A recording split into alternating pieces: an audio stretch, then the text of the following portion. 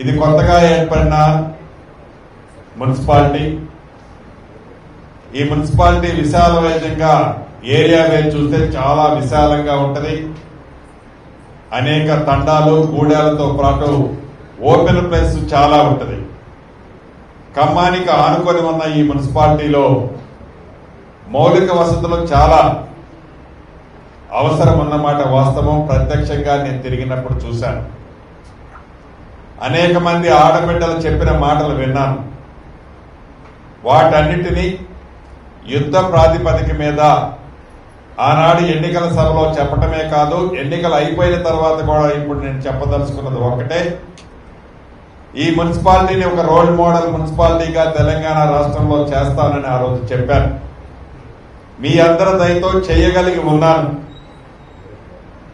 దాన్ని చేసే దాంట్లో మీ డివిజన్లో కొత్తగా ఎన్నుకోబడిన సభ్యులైన మీరందరూ ప్రతిరోజు ఉదయం పూట ఎర్లీగా లెగటంతోనే కనీసం ఒక 2 గంటలు మీ డివిజన్లో ఏం జరుగుతుందో పరిశీలించండి. అన్ని డబ్బులు ఇస్తేనే పూర్తయ్యే పనులు కావు.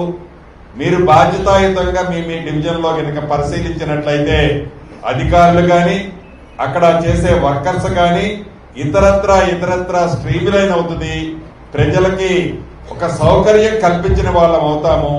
దయచేసి కొత్తగా ఎన్నుకోబడ్డ సభ్యులు, చైర్మన్ గాని వైస్ చైర్మన్ గారితో పాటు కొత్తగా ఎన్నుకోబడిన సభ్యులు మీ డివిజన్లో ఈ 1-2 రోజుల నుంచే కనీసం ఉదయం పూట వారానికి 5 రోజులు ఉదయం పూట 2 గంటలు తప్పకుండా మీరు తిరిగినట్లయితే